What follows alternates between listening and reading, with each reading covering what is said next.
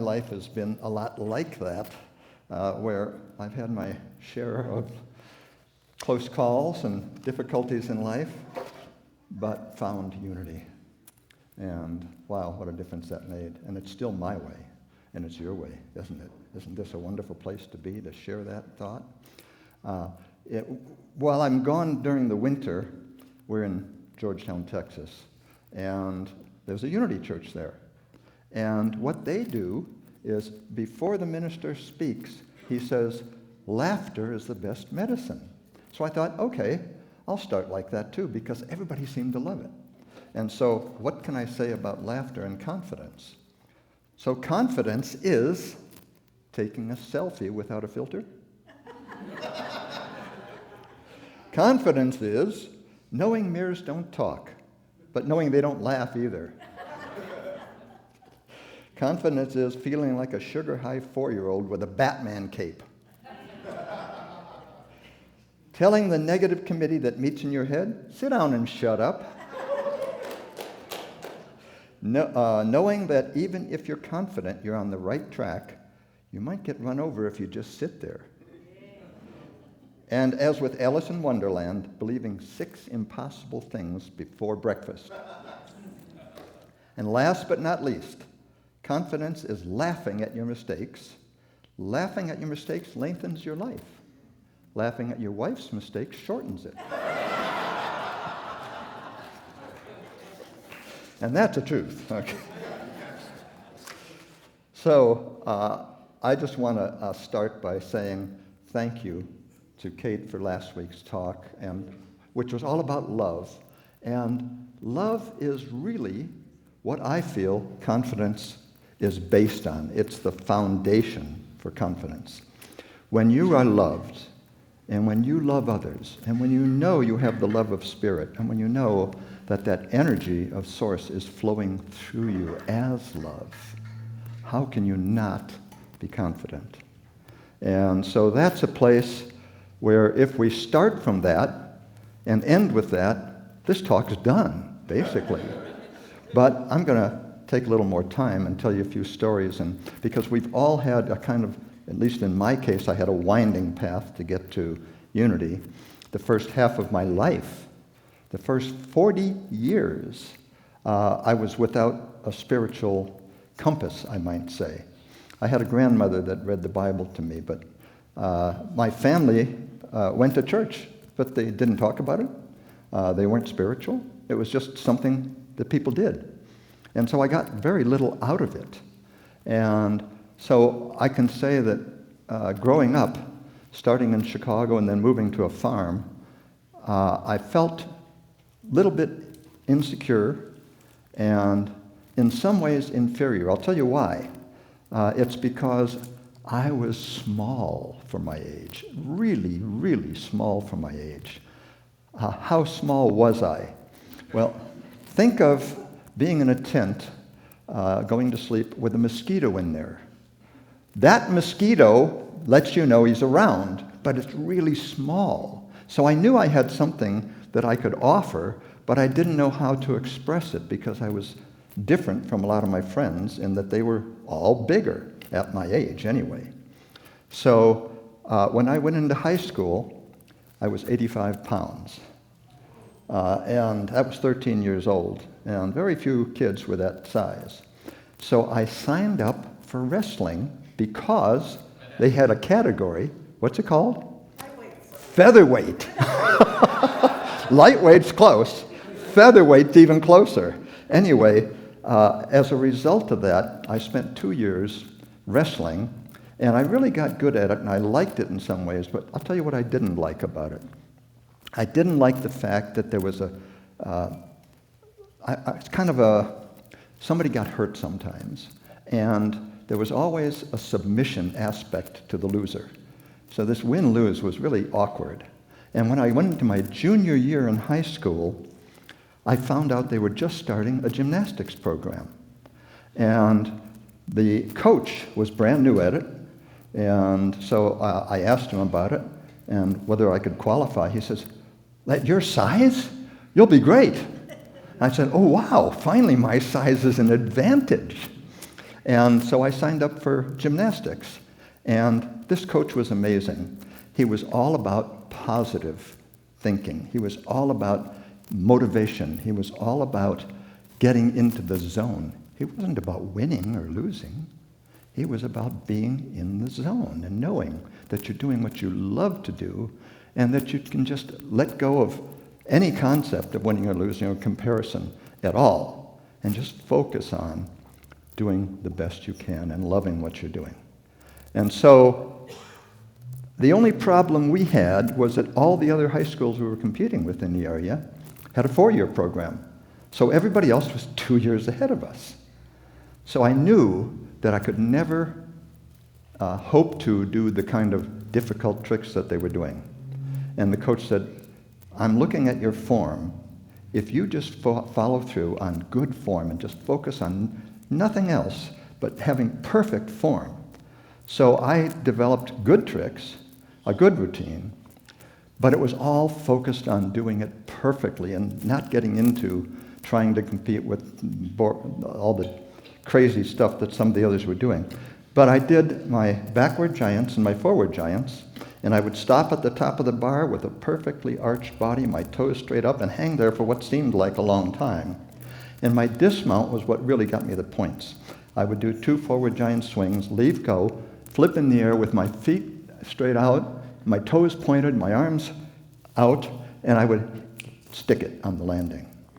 And when we competed with schools that had much better, more difficult tricks, we would win because of the form. It was so perfect because all we did is focus on form.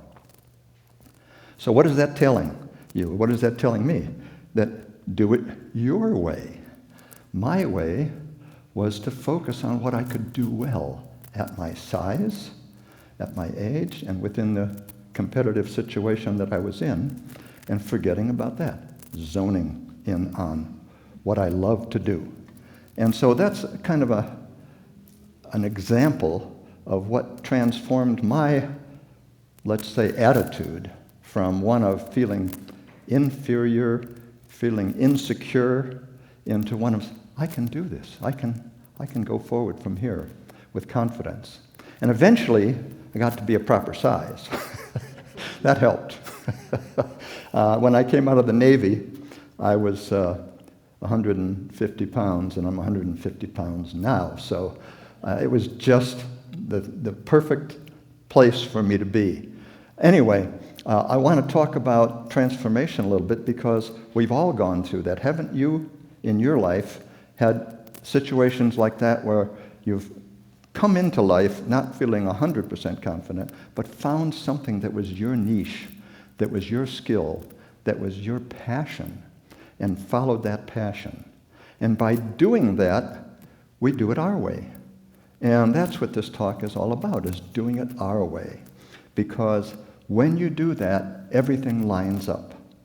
And so what I'm going to say is that beyond transformation, in what I call the personal sense, there's another level that we here are all planning to achieve or have achieved, and that is recognizing that we're spiritual beings having a human experience. Haven't we said that here? Many, many times. But what does that really mean in terms of confidence? It means basically that when we align ourselves with that knowledge, with that wisdom, with the idea that we have a higher self. Some people call it the inner being. It is an aspect of the energy of source that's within us. And when we align with that, it absolutely changes everything. Because we begin every endeavor by centering ourselves in that alignment. And when we do that, we go forward with a wisdom. And a wisdom is part of what I want to talk about in terms of being able to express our highest self. Unity has what they call 12 powers. And love, wisdom, power, and will are all an aspect of finding confidence in your life. Love because That's the ultimate power in the universe. If we recognize that we are love and we are loving and that we are loved, then we have the power of the universe at our command. We can command it. As Abraham teaches, Abraham Hicks, some of you may know Abraham Hicks? Yeah? Oh, a few. Good, good. Yes, I feel the same way about Abraham Hicks. I love their teachings. But Abraham Hicks talks about just what you were saying, setting the intention. You set the intention here. The first thing you do is you get centered, and you know what your intention is. You set your intention. When you do that, you basically have planted that seed of intention in the mind of God, in the mind of spirit, whatever you want to call it, source, whatever. And in that mind, it's done. And now the question is, how does it come about? What's our part in it? And our part in that is aligning with that. If you imagine yourself as truly having an inner being that is connected to spirit, then what you want to do is, how do I feel when I know that my intention is in alignment? Well, you feel pretty good about it. Now, what if you feel kind of a little bit icky about it? Well, that's your absolute compass, your guide. Your inner being knows exactly what's ideal for you. And you just need to align with it. And that intention then is put into what Abraham calls spiritual escrow. It's waiting for us to call it forth at the perfect time when we become aligned with what we're trying to achieve. And when that alignment occurs, then the manifestation begins to take shape. And it was going to come into being. So that's part of what confidence is in the higher sense. It's the ultimate confidence because you're using the power of the universe. And the universe we know is rigged on our behalf. The universe we know is all about good. And so what we need to do is simply align ourselves. And that is the power of all the universe at our disposal. Now, knowing that, doesn't that give you some kind of feeling of confidence? If you know you truly can do that, how many of you have listened to Abraham and have tried that? Okay, so a lot of you know that this actually works.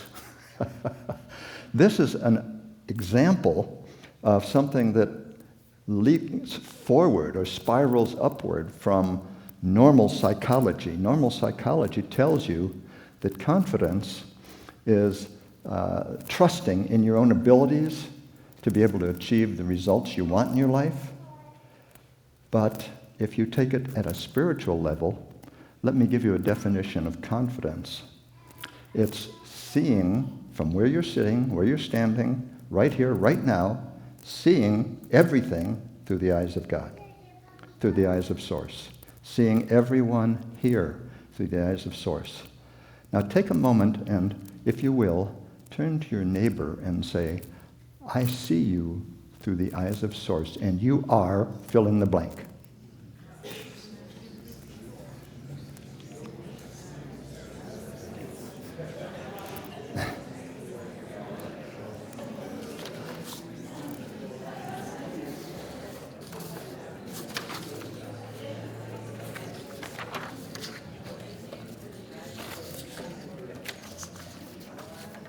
Doesn't that feel good? We don't want to stop, do we? Yeah. I think that's the key, is recognizing that if we can go forward from here and take this into our life, into our day, into our week, and into the rest of our life, and always remember that whenever you are looking at anything, you're looking through the eyes of Source. It changes everything. And what is it, time? Oh, okay. Oh, the waterfalls. Oh, you know what? I don't know that you can see those real well. Oh, we can. Can you? Oh, yeah, we've been enjoying them. You might ask why I put those up there. Thank you. So, I love nature. And we were having a mastermind meeting, Dan and I and a few others that are part of a mastermind group that holds the high watch for this center. And it doesn't change anything in terms of board or anything like that. We just hold the high watch, and if we're asked for something, we'll. But anyway, I noticed that Dan had a beautiful picture of it wasn't the Metolius, it was Deschutes River? Both. Okay. And I had a picture of my trip to Bali with this beautiful jungle area behind me. And we were just commenting on how it makes us feel so peaceful and so good and reminds us of how much we love being in nature. And so I thought, is there a reason to put them up there? Nah, it wouldn't affect anybody. But the more I thought about it, the more I thought, there's a sense of peace, there's a sense of wonder about being in that beautiful forested areas of our life. And it's inspiring, and it's relaxing, and it's feeling of harmony and a feeling of connectedness and alignment. And that's all what we're talking about here. So why not put him up there? That was about the end of the tree line in Gates of the Arctic National Wildlife Area, where we went a couple of years ago with my granddaughter and hiked around up there. And when I look at that picture, it reminds me that is one of the most beautiful little spots where there's the last tree standing, how rugged they are, how perfect it is. Anyway, I don't want to talk about those. I wanted to talk about confidence. But I thought, it will help to open everybody up and more easily be able to hear what I have to say because you're in that place of harmony and peace. So, the other thing I wanted to say about confidence is I wanted to read you a little bit about, I think I mentioned faith as one of the examples of a power that is associated with confidence. And here's what Charles Fillmore in the Revealing Word had to say about faith. Sorry, I've got glasses that are really old. I'm getting some new ones, and they're focusing better, but this one I have to lift up to focus. Oh, there you are. Okay. Anyway, so to have faith in God is to have the faith of God. Isn't that beautiful? And then he goes on to say, when faith is exercised deep in spiritual consciousness, it finds its abode, and under divine law, without variation or disappointment, it brings results that are seemingly miraculous. I love that. And it's so true. And then you think about, well, what about all the failures that we've had in our life? And what does Fillmore have to say about that? He says, seeming failure is often a stepping stone to something higher. Isn't that true in your life and in my life? I've, like you were talking about, multiple divorces. You got me beat, but I've had two. Oh, sorry. No contest. No contest. Yeah. We're not comparing. But if I hadn't had those two divorces, it wouldn't have changed me in ways that I needed to change. I needed to learn some lessons about some arrogance that I had about being right about things. And what is arrogance? It's insecurity. It's not being sure of yourself, so you try to put yourself higher than others. You've got a lot of bragging and boasting going on at times. And I wasn't the person that I was claiming to be. It was a false image that I was presenting to try to figure a way to get through life. Thank you. Okay, I'm going to keep going, don't worry. No,